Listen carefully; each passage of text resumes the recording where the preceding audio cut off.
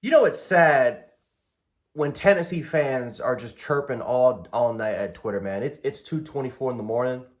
Um, took a very quick nap after the post game show on Bama Insider, and I just woke up right in the middle of the night, and Tennessee fans are still bitching at 2:24 in the morning. Still going on, still bitching. They got their Twitter spaces going all the way out, and they're just talking crap about how the referees played into Alabama's favor. It's pathetic. It's real pathetic at this point. Just take the loss. It's over. Your season is over. You had a good run. Josh Heupel's still a really good coach, but your season is officially over. You can try to worry about Georgia, because you got, I think, what, don't you got Georgia left in your schedule? Worry about them, right? Like these Tennessee fans, man, are just pathetic. Are just absolutely pathetic. Complaining about the referees, complaining that they should have got more calls, complaining that Alabama, why did they only got one penalty?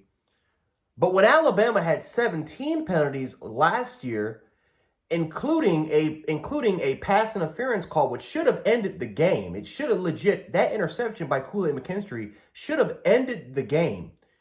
But instead, 10 seconds after the play was dead, they decided to throw in a late flag. When we complained about it, we were sore losers. So what makes you think that all of a sudden you guys complaining after when we had 17 penalties last year? What makes you think that all of a sudden we're going to turn around and we're going to sympathize with you guys? Let me tell you something. For a fan that went on here, that didn't really that went on here, and you can go back to the Alabama Tennessee video I made last year. I gave Tennessee all the credit in the world. I didn't blame it on the referees. I did blame it on the penalties, but not because of the referees. I blamed it on ourselves because we made those mistakes. We made costly mistakes, especially being down, what was it, 28-6 at one point against Tennessee. We were the ones that messed up during that football game. I had all the right. I could have decided to complain about the referees, but I decided not to do that because I knew at the end of the game, this is football. There's going to be games where the referees are going to be in your favor, and there's going to be referees where they're going to go against you.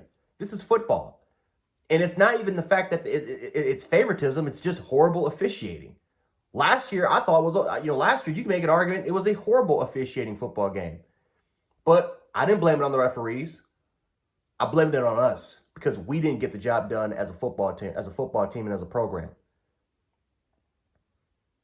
So the fact that, again, you're literally hearing, and again, it's the majority of the Tennessee fans on Twitter, on Instagram, on TikTok, complaining and bitching and moaning about the referees not giving them any calls. But yet no one wants to talk about how you guys were up 20-7 at halftime and you didn't score a single point in the second half. Not a single point. 27 unanswered points. But you don't want to talk about that. You'll talk about the referees. They're celebrating that 20-7 lead at Bryant-Denny more than they did last year. But it seems like when it comes to, and it's not all Tennessee fans. Let me clarify that this is not all Tennessee fans, but for the majority of you guys, and you guys know who I'm talking about, that will continue to bitch and moan about the referees. Think about last year, what we had to go through. And who knows, if they are in our favor, call it karma for what happened last year when we tried to complain and we were called bitches. We were called rats. We were called big nose complainers. We were called gumps, typical gumps. So call that karma for what happened last year if the referees were in our favor.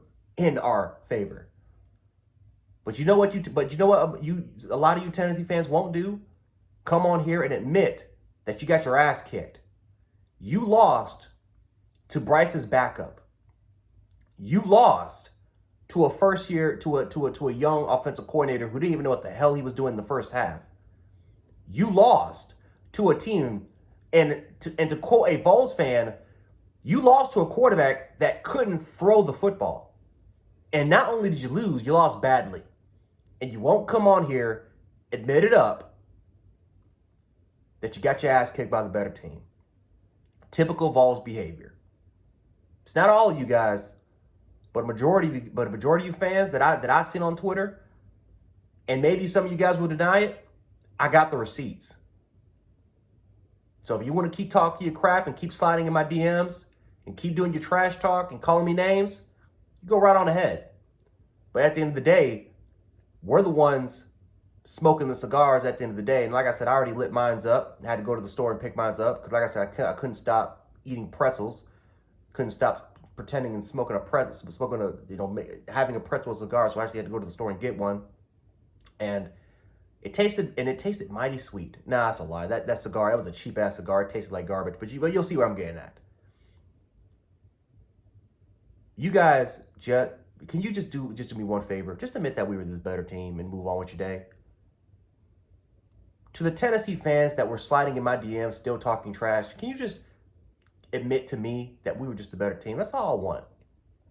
The sooner that you admit that, the sooner that you can move on with your day. Because I know for us Bama fans, we've already moved on.